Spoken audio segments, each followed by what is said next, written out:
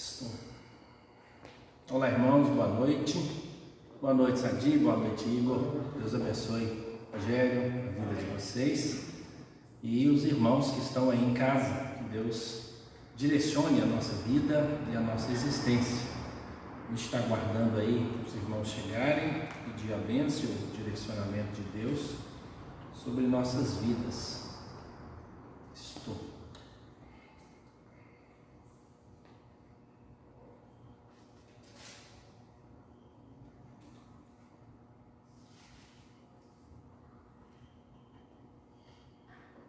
Irmãos, a gente tem um momento, de oração na sexta-feira, então a gente vai aproveitar esse momento. Nós vamos iniciar lendo o hino, É o hino 144, o título dele é Segurança e Alegria, e é uma declaração do quanto nós confiamos em Deus e sabemos que Ele tem cuidado de nós. O hino 144, e ele diz assim: Que segurança tenho em Jesus, pois nele gozo, paz, vida e luz. Com Cristo herdeiro, Deus me aceitou, mediante o Filho que me salvou. Conto essa história cantando assim: Cristo na cruz foi morto por mim. Conto essa história cantando assim: Cristo na cruz foi morto por mim. Inteiramente me submeti, plena alegria nele senti. Anjos descendo trazem dos céus provas da graça que vem de Deus. Firmado em Cristo, no seu amor, estou contente em meu Salvador. Esperançoso hei de viver por Jesus Cristo, por seu poder. Conto essa história cantando assim: Cristo na cruz foi morto por mim. Quem escreveu esse hino foi Fanny Crosby. Fanny Crosby era uma moça, uma senhorita, que compunha muitas músicas, e essas músicas eram usadas nos cabarés, na Inglaterra. Então elas eram utilizadas para as festas, e boa parte desses hinos, dessas músicas primeiro, depois a Fanny Crosby colocou a letra, e letras que falavam do amor de Cristo Jesus. Então a gente tem uma linda história, Fanny Crosby deve ter aproveitado em torno de 500 hinos, e muitos deles a gente canta, e esse aqui é um deles, E uma pessoa que tinha uma deficiência visual, então ela não enxergava, então ela serviu a Deus depois na sua conversão de forma maravilhosa, de forma grandiosa. Vamos orar a Deus, agradecendo a Ele o cuidado, o direcionamento e o quanto de bem, Deus tem feito a nós. Deus amado, muito obrigado porque o Senhor permite-nos trabalhar e servir ao Senhor. Permite-nos louvar e glorificar o nome do Senhor.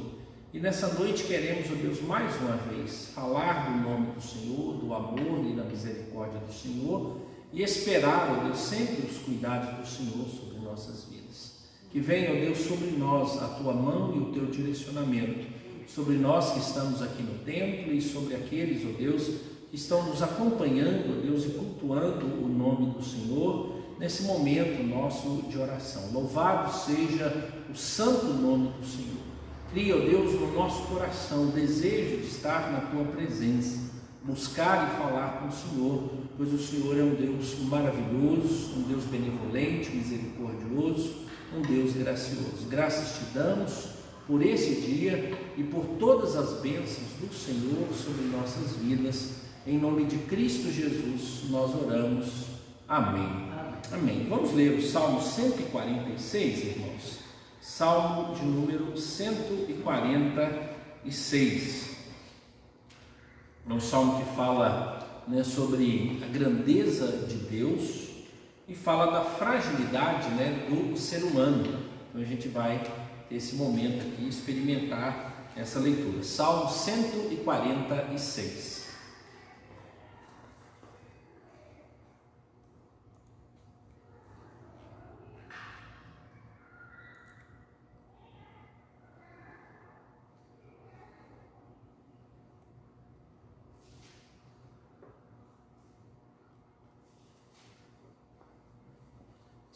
Salmo 146, Vamos fazer a leitura dele juntos. Diz assim: Aleluia, louva, ó minha alma, ao Senhor, louvarei ao Senhor durante a minha vida, cantarei louvores ao meu Deus enquanto eu viver. Não confieis em príncipes nem nos filhos dos homens, em quem não há salvação. Sai-lhes o espírito e eles tornam ao pó. Nesse mesmo dia perecem todos os seus desígnios.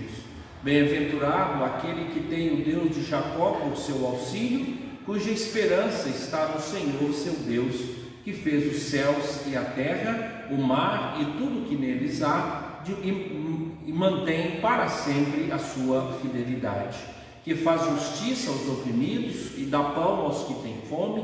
O Senhor liberta os encarcerados, o Senhor abre os olhos aos cegos, o Senhor levanta os abatidos, o Senhor ama os justos, o Senhor guarda o peregrino, ampara o órfão e a viúva, porém transtorna o caminho dos ímpios. O Senhor reina para sempre, o teu Deus, ó Sião, reina de geração em geração. Aleluia. Esse hino ajuda-nos a fortalecer a nossa esperança e a nossa confiança em Deus, né? Sabendo que Deus é aquele que tem cuidado sempre da nossa vida e da nossa existência. Nós vamos orar a Deus apresentando a Ele, né, aquilo que a gente tem tido como maior foco, né, que é devido a esse vírus. Então a gente tem orado pedindo a Deus cura, temos orado pedindo a Deus consolo para as famílias enlutadas, nós temos orado pedindo conforto de Deus para aqueles que estão em hospitais, aqueles que estão contaminados e vivem esse momento, né? E temos orado por 3 áreas, né? Que é a área de saúde, a área da economia e a área da política também, porque todos eles estão envolvidos para um melhor plano, né? E um melhor direcionamento para todos esses tratamentos, né? Vamos orar pedindo a Deus por essas questões. Ó Deus, mais uma vez nós olhamos para o Senhor e colocamos, ó Deus, os nossos pedidos diante do Senhor. O Senhor é aquele que ouve as nossas orações, o Senhor é aquele que vê o que acontece conosco, e a Tua palavra diz que nós deveríamos buscá-lo. Nós recorreríamos ao Senhor, pois o Senhor é o Criador dos céus e da terra, e o Senhor tem controle sobre todas as coisas. Louvado seja o nome do Senhor por isso. Pedimos, ó Pai, que o Senhor dê sabedoria, Pai, para que aqueles responsáveis pela área da saúde possam trabalhar de forma justa, honesta, mas de forma preventiva, Deus, e curativa na vida daqueles que sofrem. Temos ouvido e visto muitas coisas, mas é o Senhor, ó Deus, que pode cuidar. Ó Deus, oramos também pela economia da nossa nação, que o Senhor tenha misericórdia, ó Deus, devido às medidas. Nós sabemos, ó Deus, que são medidas radicais e afetaram, ó Deus, a economia da nossa nação, mas famílias, ó Deus, têm passado por necessidade. Que nós sejamos um esteio, ó Deus, para essas famílias e possamos ajudar essas famílias, e pedimos, ó Pai, que o Senhor traga provisão, traga solução, sabedoria, ó Deus, àqueles que governam, para que encontrem, ó Deus, o caminho para a cura de menor prejuízo possível, Deus. Ó Pai, também oramos, ó Pai, para que em nível, ó Deus, de governos e de política na nossa nação, que o Senhor tenha misericórdia, ó Deus. Nós temos muitas ideias, nós já apresentamos, ó Deus, essas ideias ao Senhor, porque oramos por isso, e mais uma vez estamos aqui clamando, ó Deus, o cuidado e a misericórdia do Senhor. Ó Pai, visite a nossa nação, quanto à questão da saúde, quanto à questão da economia, e quanto, ó Deus, à questão da política. Tenha misericórdia, Deus. Cuida, ó Pai, destes que lideram essa nação em todas essas áreas. Também, ó Deus, oramos por aqueles, ó Pai, que estão trabalhando, buscando a cura. Temos, ó Deus, informações de mais de 30 iniciativas, ó Deus, para encontrar uma vacina, e outros, ó Deus, declarando que já encontraram. Ó Pai, abrevia esse tempo, acelera, ó Deus, o conhecimento, os testes, e que a prova, ó Deus, seja definitiva, e o Senhor, ó Deus, é quem governa sobre todas essas coisas. E nós temos esperança, ó Deus, de que o Senhor conduzirá novamente, ó Deus, acelerando todas essas situações. Tenha misericórdia, ó Deus, de nós, tenha misericórdia da nossa nação, tenha misericórdia do mundo inteiro. Pai, oramos por aqueles, ó Deus, que já se despediram, ó Deus, de seus parentes, quase, ó Deus, 40 mil. Tenha misericórdia, ó Deus, muitas pessoas contaminadas. Sabemos, ó Deus, que a população mundial no nosso país morrem muito mais pessoas, mas estamos lidando com algo novo e por isso, ó Deus, oramos, mas intercedemos, ó Deus, por qualquer família enlutada nesse momento, através de acidentes, saúde, bebês, ó Deus, crianças, adolescentes, jovens, adultos, tantas, ó Deus, pessoas envolvidas nesse processo, ó Deus, de óbito e despedida. Que o Senhor esteja consolando essas famílias, console os profissionais, ó Deus, e dê a eles força para que façam, ó Deus, o serviço necessário e traga, ó Deus, cura sobre nós. Traga a tua bondade, a tua misericórdia, em nome de Cristo Jesus, nós oramos. Amém, Senhor. Amém. Irmãos, a palavra do Senhor, na primeira carta de Paulo aos Tessalonicenses, vamos ler aqui. Primeira carta de Paulo aos Tessalonicenses, nós vamos fazer a leitura, capítulo de número 5, verso de número 17, tem aqui uma expressão que nos ajuda e nos fortalece para que nós possamos orar, né?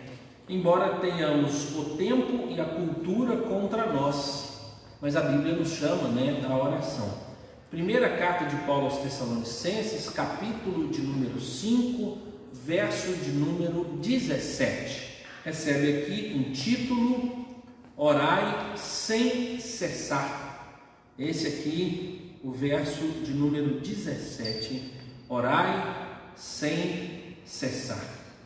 Nós encontramos aqui uma palavra do apóstolo Paulo, que às vezes ela pode ser até mal interpretada e a gente tenta cumpri-la e às vezes a gente não vai lograr êxito, né? Porque se a gente simplesmente pensar em orar sem cessar, então é a ideia que o tempo todo nós estaremos em oração, né? Mas eu sei que quando aqui é chamado, está dizendo da perseverança da oração, né? Então aqui ele põe 3 atitudes nossas. O verso 16, ele diz: regozijai-vos sempre. O verso 17, orai sem cessar. O verso 18, em tudo dai graças. Ou seja, os 3 termos aqui está falando de perseverança em atitudes. Primeiro, na alegria. Celebre sempre. Não é só quando tudo estiver bem, mas celebre sempre. Que haja essa ideia, mas nós sabemos que nós não vamos o tempo todo ficar rindo e o tempo todo fazendo festa, mas é sempre. Então, aproveitando todas as oportunidades, nós vamos ter isso. O outro lá é o verso 18, ele diz: em tudo dai graças, ou seja, não é para vir murmuração, independente das circunstâncias, a gente tem que agradecer, né? E aí é o tempo todo. Onde nós estivermos, a situação que nós estivermos vivenciando, mas sabemos que são fatos que estão acontecendo conosco. E o verso 17 é a mesma coisa, ou seja, não desanime, ou seja, não desanime de celebrar, não desanime de orar e não desanime de agradecer.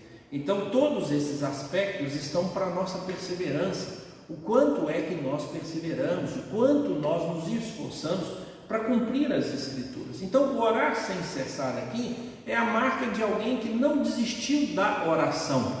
Talvez ele passou um dia inteiro em uma atividade muito pesada que ele não conseguiu encontrar um tempo para a oração, né? Talvez a gente pudesse avaliar primeiro o nosso tempo e o mundo em que vivemos, né? O mundo em que vivemos, se você quiser, você arruma ocupação o dia todo, e existem pessoas que elas estão ocupadas o dia todo. Ela acorda cedo, ela vai dormir tarde e ela trabalhou o tempo todo. A mente dela pôde falar com Deus, né? A mente dela pôde comunicar, mas ela não separou aquele tempo onde ela disse: agora eu encontrei um tempo bom, de oração, né? Então nós temos essa questão do nosso tempo, e às vezes chega o final de semana, é tanta atividade, a gente tem que colocar tanta coisa em dia, que aí você acha assim, olha, eu não encontrei. Mas é importante nós encontrarmos esse tempo.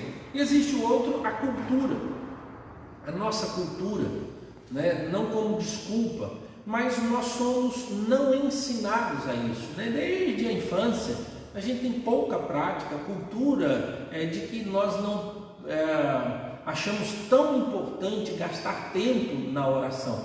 Os ocidentais têm essa característica, os orientais, eles têm uma capacidade, né, cultural de orar mais, né? E é espelho. A nação que ora mais, os pais mostram para os filhos aprendem, e depois, quando eles são pais, os líderes fazem isso. Aqueles que são mais velhos oram mais para que aqueles que são mais novos possam aprender. É a ideia da esperança, não aqui a esperança em Deus, né? Às vezes você vai lidar com pessoas que elas são tão pessimistas que elas azedam qualquer ambiente, e existem famílias que você olha para elas assim, né? Elas são assim, meio encabrunhadas, meio azedo, não tem expectativa nenhuma, reclama de tudo. Mas isso, na nossa ideia, é genético, mas não é necessariamente genético, isso é aprendido.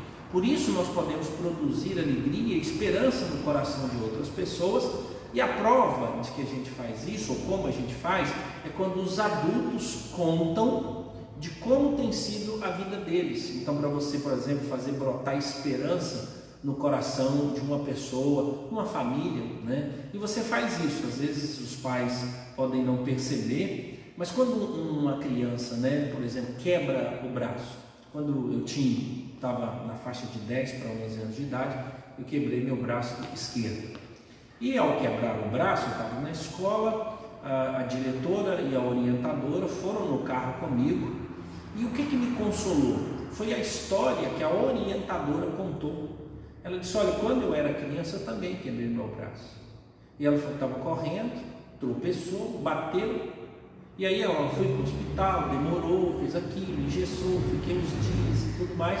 E aí ela mostrou o braço dela todo certinho, todo chique, e aquilo lá nasceu no meu coração esperança, né? Uma esperança assim, não, se ela que é adulta hoje já passou na infância por isso, e o braço dela não teve, aquilo me deu uma tranquilidade tamanha, e os adultos podem fazer isso. E a oração é assim também. Nós ensinamos, né, os nossos filhos, falamos sobre isso, oramos com eles, e aí então são os pais que vão ensinar a fazer essas coisas, né? Então os adultos, eles produzem isso na vida dos mais novos, os mais velhos vão ensinar essas coisas. E aqui tem 3 itens: regozijar, orar e agradecer. Então nós temos tudo isso, né, para colocar diante de Deus, aquele que tem conduzido as nossas vidas. E nós temos uma lista bem grande, né, de pedidos de oração. Essa lista tem rodado aí, ora ela cresce um pouco mais, ora diminui, né? Nós temos 2 pedidos de oração, né, que chegaram mais recente. O nosso irmão Taíde, né, pede oração por ele, pela família, então a gente poder orar, né? A mãe dele, a dona Eva, entrou em contato também pedindo oração por ele, pela saúde, pela família, então para que Deus possa dar direcionamento, né? E a nossa irmã Judeí, né, o irmão dela fez uma cirurgia, já recebeu alta, está em casa, então ele necessita agora de recuperação e um tratamento. Então pelo menos essas 2 informações. As outras são aquelas já apresentadas, né, que a igreja já tem conhecimento, e a gente vai continuar pedindo a Deus, né? O Sadi pediu que orasse pela família dele, pelos filhos, né, pela esposa, especialmente pelo sogro, né, pela saúde do sogro. Então a gente vai dar continuidade a essas orações. Sim, Sadi? Aquilo que eu fiz pedido dele, né? O meu casal com minha sobrinha, ele, mês passado, no início ele faleceu, né? Uhum. E vai que ora pela... Então, vou orar pela sobrinha, né, do Sadi. A gente esteve orando, né, pelo esposo da sobrinha do Sadi, e ele faleceu, né, o mês passado. Então a gente vai continuar orando pela família, né? Pela sobrinha, que Deus possa consolar, né? E dar conforto a toda essa família. E também né? dois irmãos meus também, um está no asilo e o outro tem casa e Isso. também. E orar pelos irmãos, né, do Sadi. Vamos lembrar aqui nas nossas orações. Vamos então, irmãos, ter um momento, né, de oração. Você pode aí, aquilo que você lembrar, as orações, eu vou repetir aqui nas orações essas que nós estamos lembrando, tá? Ó Deus, muito obrigado porque o Senhor ouve as nossas orações. Louvado seja o teu santo nome. Que a graça, a paz e a bondade do Senhor, ó Deus, venha sobre nós. E que possamos sempre, ó Deus, entender que o Senhor cuida de nós verdadeiramente. E que nós podemos depositar, ó Deus, aos teus pés tudo aquilo, ó Deus, que é necessidade, ansiedade, mas também, ó Deus, expressar nossa alegria e nossa gratidão diante do Senhor. Oramos, ó Deus, pelos parentes do Sadi, os irmãos, pela sobrinha, pelos filhos, pela esposa. Oramos pelo sogro, ó Deus, todos eles com suas necessidades.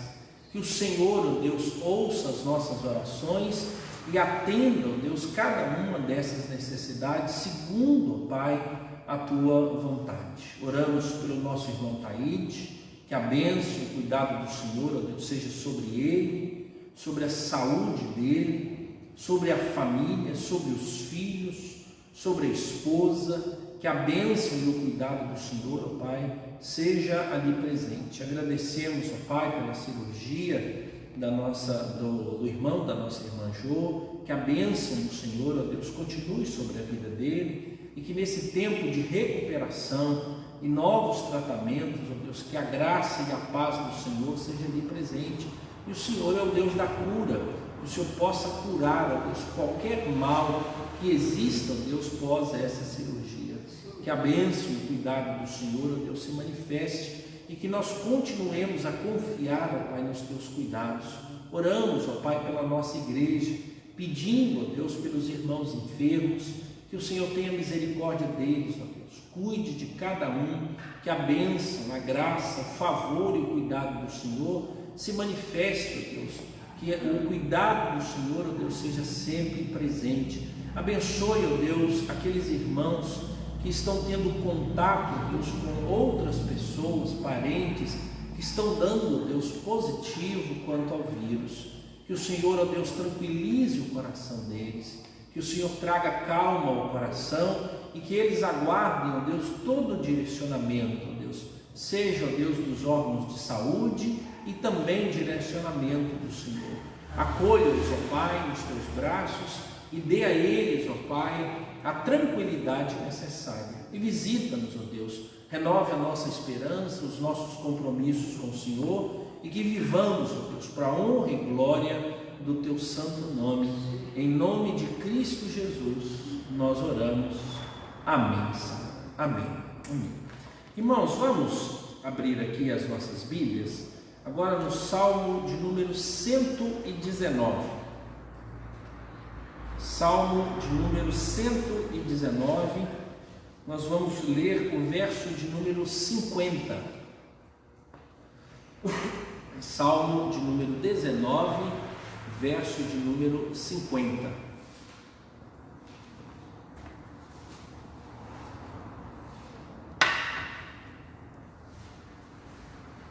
Salmo 19, verso de número 50.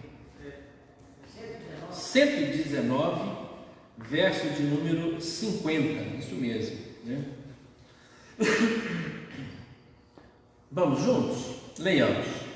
O que me consola na minha angústia é isto, que a tua palavra me vivifica. Amém. Amém. Irmãos, esse Salmo 119 é um salmo sobre a Bíblia, né? Então, é sobre a palavra de Deus. Todos os versos estão voltados, né, para celebrar a majestade da palavra de Deus. Essa semana a gente tem pensado, né, agora nesse ponto sobre a revelação geral, que é a Escritura, né? Então a palavra de Deus, ou a Escritura, ela é útil, né, para nos ensinar, para nos repreender, para nos corrigir e para nos ensinar a viver, né? Porque ela nos torna sábios para a salvação em Cristo Jesus e maduros, né, para a boa obra, ou seja, para poder viver e fazer aquilo que Deus quer que nós façamos.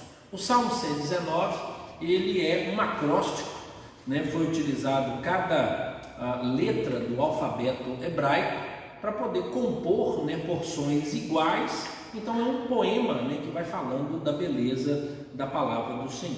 Ouça aqui essa porção, né, onde nós lemos como é que está inserido esse verso. Está escrito assim.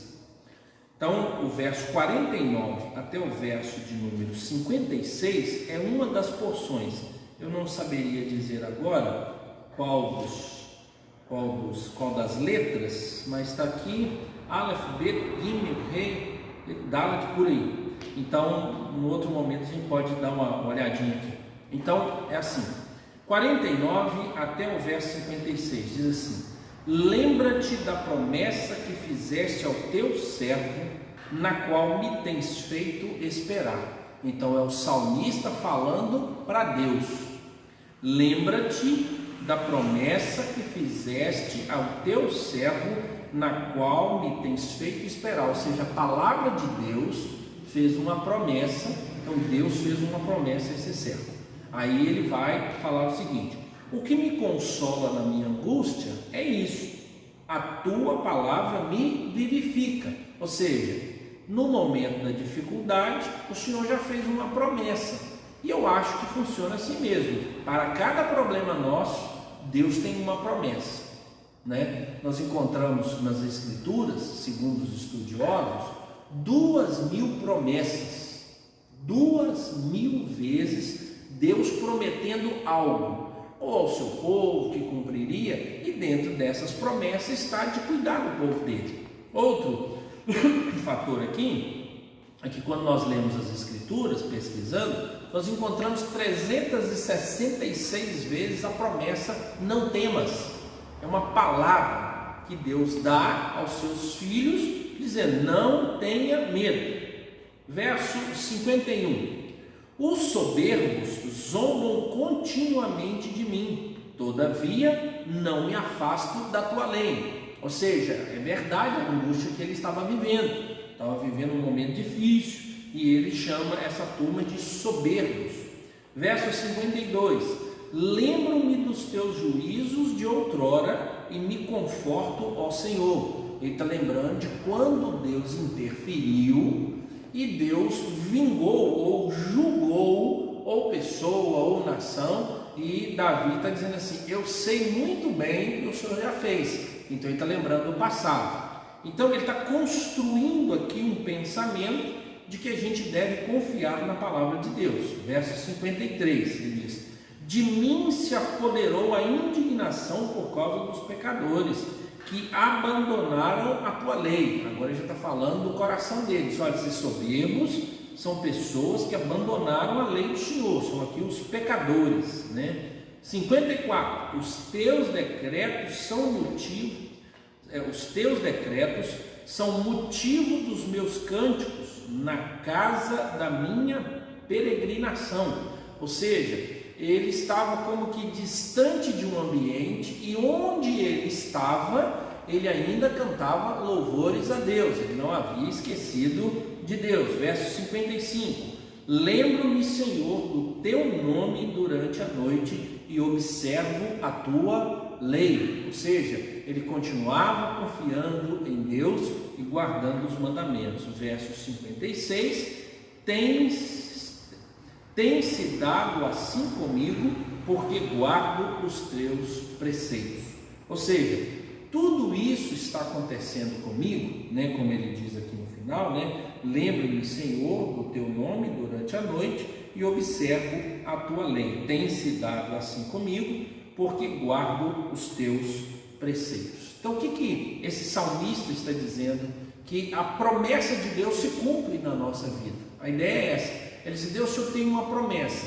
Existem promessas que são promessas gerais e existem promessas que são promessas pessoais. E a gente fica louco para saber qual é a promessa pessoal de Deus. Mas quando nós falamos como povo de Deus, a realidade é essa mesmo. É que quem andar no caminho do Senhor será cuidado por Ele. É o que diz o Salmo 1. O Salmo 1 diz que aqueles que andam no caminho do Senhor serão como uma planta ou uma árvore que está plantada à beira da água. E aí então ele puxa aquela água e tem vida, e no devido tempo ele dá o seu fruto. Mas o texto lá diz que isso é: medita na tua lei de dia e de noite. Ele guarda o nome de Deus, ele tem um compromisso com o nome de Deus. O verso de número 5 então fala claramente a nós. Ele diz: o que me consola na minha angústia é isto. Então a primeira informação que nós encontramos aqui é que um servo de Deus, ele pode passar por momentos de tribulação e angústia. Então não é algo raro, muito pelo contrário, é algo muito comum nós termos angústias que podem apoderar-se da nossa alma, trazer tristeza, trazer um cansaço, a gente ficar indignado. O texto aqui diz que ele estava indignado, e o motivo da angústia é a zombaria dos inimigos, né? Aqui ele está falando de pessoas que eram da classe judaica, deveria ser povo de Deus, mas estava contra ele. Se nós encontramos aqui a figura do rei Davi, então era muito comum você encontrar Davi como rei, sofrendo chacotas daqueles que eram da nação, mas estavam contra Davi. E esses que estavam contra Davi ridicularizavam. E uma das coisas é: por que está acontecendo coisa errada com você? Por que você está tendo que fugir daqui do palácio? Por que você está tendo que fugir? E Davi fugiu nessas andanças dele aí, né? Pelo menos fugiu para se esconder de Saul e não entrar na batalha. Davi fugiu para não guerrear com o próprio filho dele, Absalão, e outros momentos que Davi se esconde, né, na questão pessoal, no cuidado com a família. Então a angústia era algo muito comum. Então eu não devo alterar minha rotina e declarar ou decretar que não exista problema mais na minha vida, mas eu entendo que qualquer problema na minha vida ou na minha existência, eles estão debaixo do cuidado de Deus. Por isso que quando nós somos regenerados, salvos em Cristo Jesus, eu costumo dizer que todos os nossos problemas foram resolvidos. Por quê? Porque todos os nossos problemas nas mãos de Deus têm solução. Eu é que não sei qual é a solução, mas Deus tem solução para cada problema que nós temos. Ele sabe como lidar, Ele sabe por que o problema chegou. Então, ainda que a gente declare problemas, nós temos agora um novo modo de ver problema. Qualquer situação, Deus tem controle sobre todas essas coisas. Então, por isso que nós vamos encontrar na capacidade de Tiago dizer que você deveria ficar feliz por passar por tribulações, né? Todos nós. Se você não passa, se você não sofreu, né, tentações, não passou por tribulações, não trouxe no coração indignações pelas coisas que acontecem no mundo, provavelmente é uma pessoa que não está vivendo. Ou seja, ela resolveu desligar-se de tudo, ela não está se importando. Ela apertou o piloto automático e disse: eu não cuido da minha vida. Mas qualquer pessoa que tenha preocupação com a família, com a saúde, preocupação aqui natural, né, irmãos? Não uma ansiedade, né, sem controle, mas qualquer pessoa que tenha parentes, que tenha empresa, que trabalhe, ele guarda um nível de ansiedade que é boa, porque ele está preocupado em resolver as coisas todos os dias. Ele não está desesperado. Mas se você é da lista que não tem nenhum problema, provavelmente você vive sozinho. Sabe por quê? Se você não tem problema, alguém vai criar um problema para você. Às vezes o pai está lá tranquilo, a mãe está lá tranquila, e aí os filhos já casaram, os netos, mas daí a pouco ele recebe uma informação que traz angústia. É que o filho tem dificuldade, uma filha, ou que o neto enfrentou. Se você é da igreja, por exemplo, né, se você está aqui convivendo as coisas da igreja, você vai receber informação que te traz angústia. Não é. Então não há uma pessoa nesse mundo que não viva as intranquilidades da vida. Mas qual é a informação boa? O texto aqui diz assim: existe um consolo, o que me consola na minha angústia. O que é o consolo aqui? Consolo é o ato de Deus colocar-se do nosso lado e trazer palavra de esperança. Isso que é o consolo aqui. É ouvir de alguém, é resolver a situação, é conseguir encontrar uma solução. Como se estivesse na estrada, o pneu furou, e aí você vai procurar o sobressalente também da furada, e aí então você para, olha para o céu, daí a pouco para um carro e pergunta: você precisa de ajudas? O consolo, é essa a ideia, é um apoio. Consolo aqui não é simplesmente palavra vazia, mas é palavra que vai trazer resposta, e Deus se faz presente. Quantos de nós ouvimos esse consolo de Deus, o sussurrar de Deus, né, por meio das soluções da vida? Resposta de uma cura em meio à enfermidade, uma resposta financeira em um momento apertado, uma resposta, né, uma solução de paz em situações que estavam de extrema agressividade, uma resposta de emprego para quem tem uma necessidade. Quantas vezes a gente separou tempo para agradecer a Deus porque Deus respondeu, porque Deus trouxe um consolo, né? A Bíblia fala sobre os anjos, né? Os anjos de Deus também têm um papel assim, né? Às vezes a gente encontra algumas dificuldades de explicar tecnicamente como é que os anjos agem, e às vezes a gente acha até que eles não têm utilidade nenhuma, porque alguns vão colocar: não, o Espírito Santo já habita em nós, e o Jesus Cristo já morreu na cruz, o Deus Pai controla todas as coisas. Mas por incrível que pareça, tanto o Pai, quanto o Filho, quanto o Espírito Santo estavam bem presentes em todas as vezes que os anjos agiram, né? A gente não sabe, e aí então Hebreus fala até assim, ó: preste bastante atenção quando você receber alguém, porque muitos, sem saber, receberam anjos, né? Então, estou colocando um item aqui, pode ser uma resposta de oração, pode ser uma profeta, pode ser uma mensagem, e Deus então acalma o nosso coração. É isso aqui que é o consolo. No Novo Testamento nós recebemos Cristo Jesus, é o nosso Paráclitos, né? O Espírito Santo é o nosso Paráclito, é o nosso advogado. Então nós temos tudo isso, e a Bíblia diz, né, que agora na expressão dos anjos em Hebreus, que eles são ministradores daqueles que hão de herdar a salvação, ou seja, está a nosso favor. Então Deus colocou tanta coisa para nos consolar, para nos ajudar, para ser um amparo, estar do nosso lado, né? E a gente tem para agradecer a Deus. Mas aqui ele chama algo, né? Spurgeon, quando comenta esse texto, ele chama-nos a atenção para o termo aqui, ó: o que me consola na minha angústia é isto. Embora ele fale no inglês, né?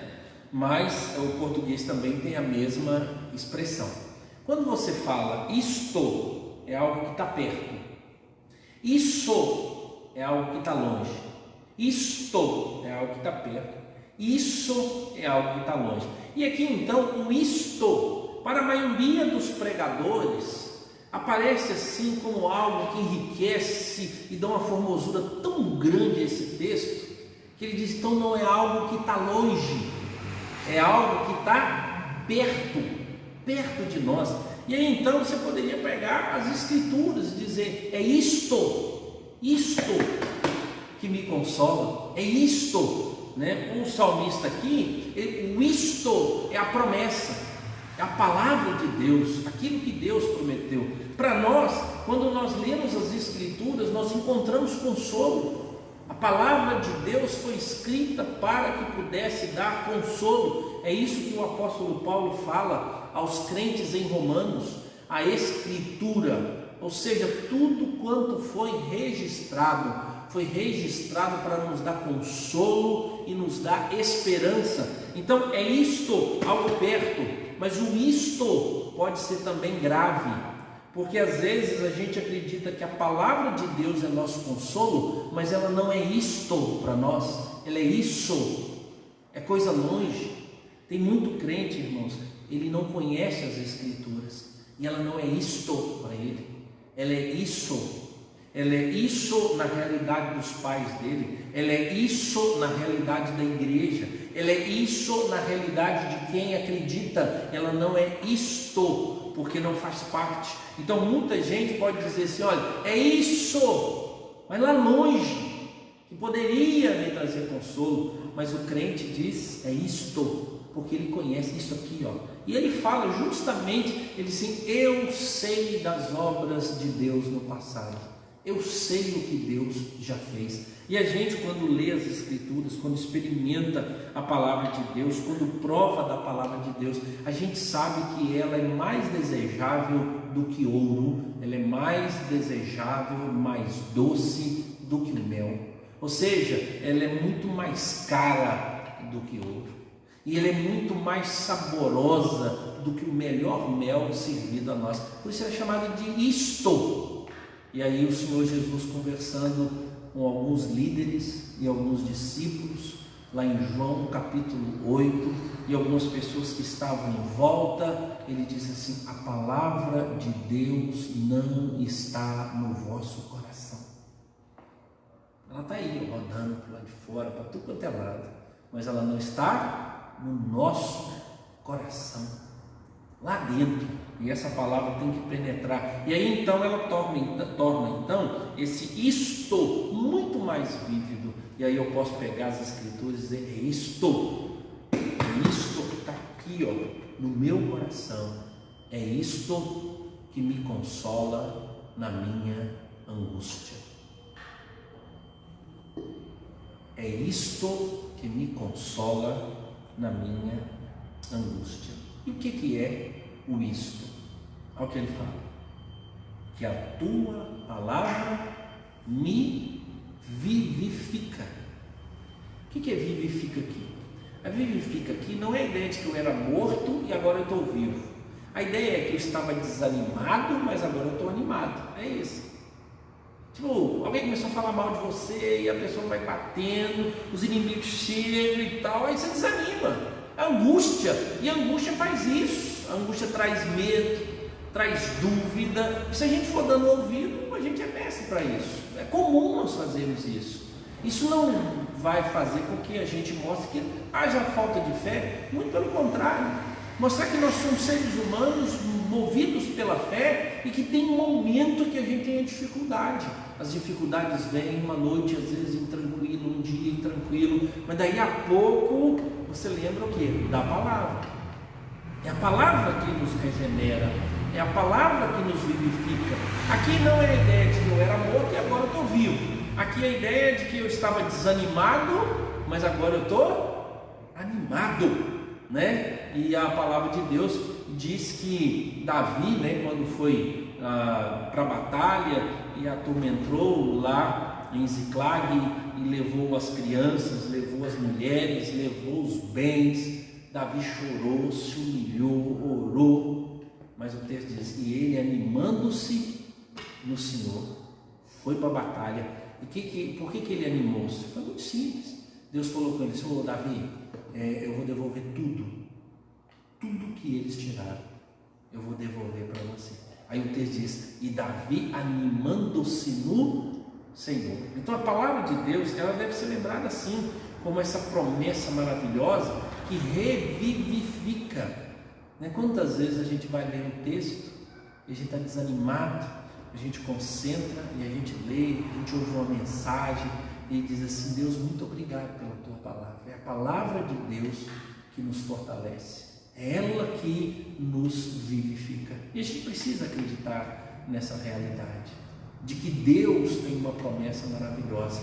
Aqui se cumpre então esse verso: o que me consola na minha angústia é isso, que a tua palavra me vivifica. O que te renova? O que te vivifica? Olha, preste atenção. todas as coisas passarão. Todas as coisas. Menos a palavra do Senhor. Menos a palavra. Ela permanece, né? O dia vai, a juventude vai embora, mas a única coisa que permanece é a palavra de Deus. Porque Deus é a sua própria palavra. Ele fala conosco. Todas as coisas passarão, mas a palavra do Senhor jamais passará. Então, o que me renova quando eu preciso de uma renovação? É ouvir Deus falar comigo. E Deus tem falado conosco. Deus tem comunicado as suas verdades à nossa vida. O que nós precisamos agora é colocar em prática. Não sejais apenas ouvintes da palavra, mas sejais praticantes da palavra. Nós que fomos regenerados pela palavra, quando dá problema no equipamento, a gente tem que voltar na palavra. A ideia é, quando nós compramos um equipamento e ele chega na nossa casa, aí você abre aquela caixa e aí você vê um tanto de coisa, e aí lá tem um negócio escrito assim, manual. E aí então a gente deveria ler o manual e aí então fazer o produto funcionar. Mas ele meio apressado, de mais liga os negócios e põe lá para funcionar. Aí deu errado um item. Aí a gente para calmamente, folheia o manual, descobre o problema e diz, é aqui, ó. É aqui. E aí então, direto, né? A Bíblia é assim. Deus nos criou e entregou o manual. Só que a gente lembra de ler o manual que hora? Na hora que dá defeito. E defeito dá tempo. Aí a gente deve ler antes. Ler antes. Porque tudo quanto está acontecendo nesse mundo, irmãos, já aconteceu antes e a Bíblia fala sobre essas coisas. Que Deus nos abençoe. Que isto seja o que te vivifica. Vamos ficar em pé, irmãos? Nós vamos rogar a Deus para que traga um grande avivamento bíblico para as nossas vidas e que a gente volte às Escrituras com ânsia, com desejo, e que a gente não abandone a leitura da palavra do Senhor e que a gente medite nela de dia e de noite. Senhor Deus, muito obrigado, Pai, pela Tua palavra, que é o nosso consolo também. Assim, ó Deus, como o salmista declara, que nós não tenhamos dúvida nenhuma que no meio da angústia é a palavra do Senhor que traz consolo ao nosso coração. Renova-nos, ó Deus, por esta palavra, em nome de Cristo Jesus, para a honra e glória do Teu santo nome, e para que experimentemos, ó Deus, grande renovação na nossa vida e na nossa existência, pois fomos gerados pela palavra, somos santificados pela palavra e somos vivificados, reanimados por esta palavra. E, ó Deus, andamos por causa desta palavra. Louvado seja o nome do Senhor. Ó Deus, nos visite e console o nosso coração e fortaleça, ó Deus, o nosso entendimento sobre as Escrituras, para a honra e glória do nome do Senhor Jesus. Em nome dele que nós oramos. Amém e amém. Amém. Irmãos, que Deus abençoe a vida de cada um, o retorno para o lar, e os irmãos em casa, que Deus abençoe a vida de cada um e traga direcionamento, né? Domingo de manhã, às 9 horas, nós temos, né, a escola dominical para os adultos, você faz sua inscrição. E domingo às 10 horas, nós temos a sala para os adolescentes e jovens às 10 horas. Então, 9 os adultos, às 10 os jovens e adolescentes, tá? E à noite, né, nós temos o culto. Então, faça a sua inscrição. Se exceder o número que nós temos, né, a gente tem podido acolher aqui em torno de 40 pessoas devido, né, às novas regras da nossa cidade. Então a gente está acompanhando. Então você faz sua inscrição para a gente poder estar juntos, tá? Que Deus abençoe a sua vida e te dê uma noite tranquila de paz. Um abraço.